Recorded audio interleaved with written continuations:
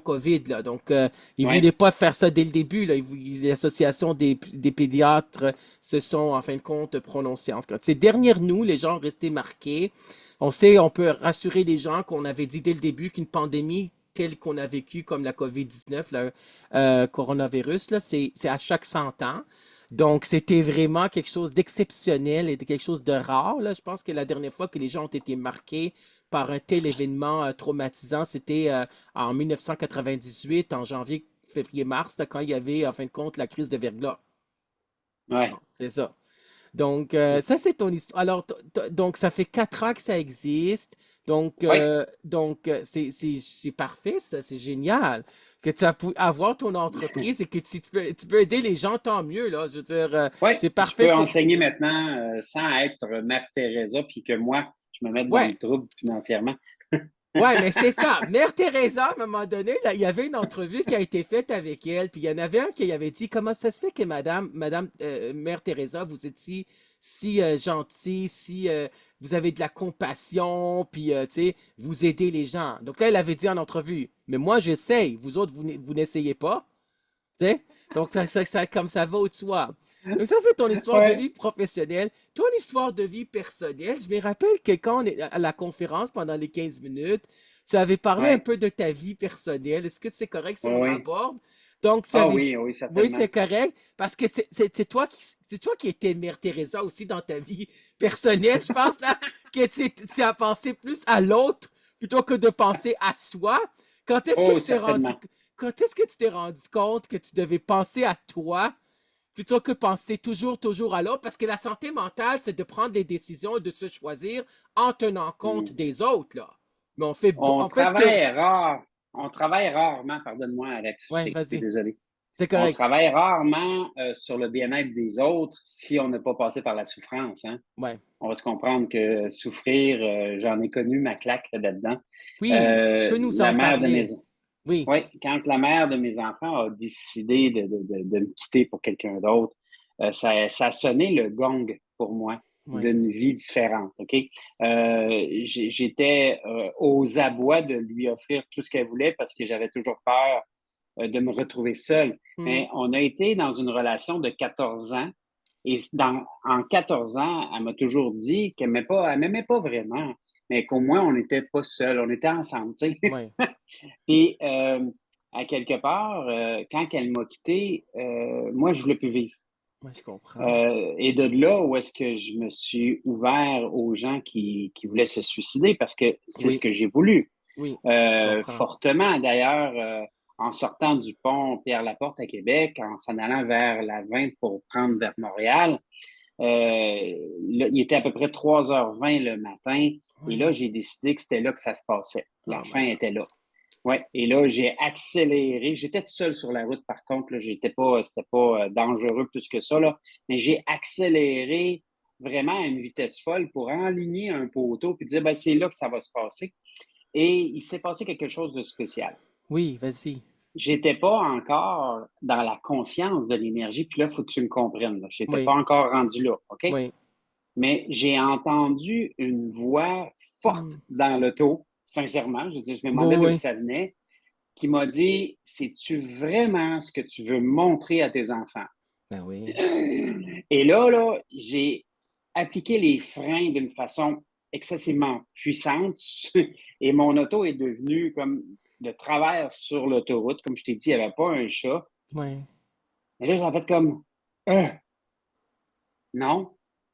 C'est comme si la conscience m'avait dit, bon, si tu te suicides, tu vas montrer à tes enfants que si tu as de la misère dans ta vie, c'est pas grave, suicide-toi. Et là, Hmm. je m'étais dit non, non, non, non, non, non, non, non, non, non, non, c'est pas ça que je dois offrir. Et quand j'ai dit non, j'ai entendu la même voix me dire une deuxième phrase qui me dit OK, vis maintenant. Je ne sais pas si tu sais, Alex, Oui. mais si on recule de 3 semaines avant cet événement-là, j'avais rencontré une psychologue. OK? Oui. La psychologue m'avait dit, Monsieur Ruet, vous puis une merde de chien sur le trottoir, vous vous ressemblez. Dans le sens qu'elle ne me traitait pas de merde. Elle me disait que moi, Oui. je me traitais comme tel. OK? Oui. Alors, ressemblait à une merde de chien, je ne sais pas si c'est pas très valorisant. Mais j'ai compris que il y a des choses qui devaient changer. J'avais pas le choix. Oui. Et de là où est-ce que le suicide, je me disais, parce qu'il faut comprendre que les suicidés, ils ont souvent une pensée en arrière, en tout cas moi je l'ai eu, Oui, les que suicidaires, oui. enlever le fardeau aux autres. Hmm. Si je n'existe plus, je ne suis plus un fardeau. Et Oui. ça, là, c'est tellement faux. Ne croyez jamais à cette voix-là qui vous dit que vous êtes un fardeau pour les autres. Au Non. contraire, se suicider peut devenir un fardeau. Ben Et oui. d'ailleurs, ce qui est spécial après cet événement-là, j'ai déménagé dans un chalet à l'île d'Orléans où est-ce que le monsieur s'était suicidé. Et j'ai rencontré ces enfants qui étaient complètement perturbés de ça. Hmm. Donc, c'est probablement plus dur pour les enfants parce que papa s'est suicidé. Je ne sais pas si tu comprends que eux, Oui. ils disent, hey, il ne m'aimait pas assez ou j'étais pas assez fin, assez fine, assez ci, puis assez ça pour qu'ils restent en vie. Tu sais, ils ont toujours une arrière-pensée de c'est à cause Hmm. d'eux. Oui. Non, faites pas ça, s'il vous plaît. Il y a toujours quelque chose qu'on peut faire, OK? Et de là, mon aide sans borne aux gens qui ont ces idées noires-là, Alex. OK? Oui. Donc, maintenant, après avoir entendu la deuxième phrase de la voix en disant vis maintenant, là, j'ai changé mon auto de place. Je suis allé me garer un peu plus loin sur le bord de l'autoroute et je peux te garantir que j'ai pleuré. OK? J'ai pleuré Oui. ma vie parce que je me disais, OK, oui, je suis conscient que je m'aime pas, mais vivre sans amour, je veux plus. Non, c'est je veux, sûr. je veux plus. Je veux plus. Et d'ailleurs, la conférence que tu as entendue de moi, le 15 minutes de conférence par rapport à Oui. Sandra Hull, Oui. c'était justement sur l'amour. Oui. Je me C'est rappelle. très facile, c'est très facile à comprendre que quand tu t'es manqué d'amour et que tu apprends à t'aimer, tu voudrais que tout le monde s'aime. Oui. Pas aimer les autres, non. Pas l'amour que tu reçois des autres non plus. Non, non, non. T'aimer toi pour toi. Oui. Et là, je suis tombé en quête, Alex. C'était Oui. une quête. C'est pas juste un travail, là. Non, non, non, non. C'est une Oui. quête. Une quête d'amour pour moi. Oui. Ça veut dire que tout ce que je pense, tout ce que je sens, toutes mes actions et mes paroles étaient toujours axées sur l'amour pour que je puisse bâtir cet amour-là en moi avec les 5 défis que j'ai eu à relever. Donc, les 5 défis, ça a été le défi de m'aimer first. Oui. Écoute, de prendre une décision de s'aimer, là, je ne sais pas si tu sais, là, mais on n'est pas dans un monde qui sont habitués de dire je m'aime. Oui, Hein, oui, je on a de comprends. l'air un peu bizarre quand on dit ça, je m'aime. Sauf que si on ne s'aime pas, comment tu veux t'ouvrir à l'amour de l'autre? Hmm. C'est-à-dire que je te donne ça en pourcentage, je te donne un exemple. Si je m'aime à 8 comment tu voulais que je donne plus d'amour à mes enfants que Oui. 8 Ou comment tu voulais que je reçoive plus que 8 si je m'aime à 8 Je peux pas. Je peux pas donner, puis je peux pas recevoir plus que qu'est-ce que je m'aime moi. Et Hmm. c'est là que ça a commencé à travailler. Et je vais te dire une chose. Oui. Quand l'élève est prêt, le maître apparaît. Hein. C'est Oui. complètement comique comment que le maître apparaît. Et c'est vraiment ce que des gens, comme par rapport dans ma vie, qui sont arrivés comme sur un cheveu sur la soupe en me disant des choses qui m'ont fait réfléchir. Donc, apprendre à s'aimer, Oui. apprendre à accueillir aussi. Parce que quand on ne s'aime pas, Alex, je me suis aperçu dans ce temps-là que s'accueillir dans le moment présent, c'est un fardeau. Oh, oh, un gros fardeau. C'est très dur de Hmm. s'accueillir dans le moment présent quand tu t'aimes pas. Oui. Parce que tu es soit dans la culpabilité de ton passé ou dans l'angoisse d'un futur qui n'existe pas, ce qui crée de l'anxiété. On entend tellement anxiété aujourd'hui. Ah, oh, Ouais. je suis anxieux, j'ai de l'anxiété. L'anxiété, là, c'est juste un jeu. Hein? Hmm. C'est le jeu que ton esprit fait entre ton passé, culpabilité, ou ton futur, angoisse. Et aussitôt que tu en élimines un des deux, l'anxiété disparaît. Donc, ce qui est facile à éliminer, c'est l'angoisse du futur. Le futur n'existe pas. Le futur est créé au fur et à mesure de ton présent. Alors, Oui. à partir de là, ben, on peut emmener les gens à se libérer d'une pression qui se sont créées. Alors, l'accueil était important d'apprendre à s'accueillir là, ici et maintenant. Oui. Ça, c'est un fardeau pour beaucoup de monde, mais quand on apprend ça, ah, tiens donc, on commence à s'admirer plus, s'aimer plus, qu'on se comprendre plus. On commence à être de plus en plus en accord avec nous, etc. OK? Donc, c'est Oui. ça l'apprentissage. La troisième phase, c'est apprendre à changer des choses. Hmm. Sincèrement, si on ne change rien, il n'y a rien qui va Hmm. changer. C'est impossible. Oui. OK?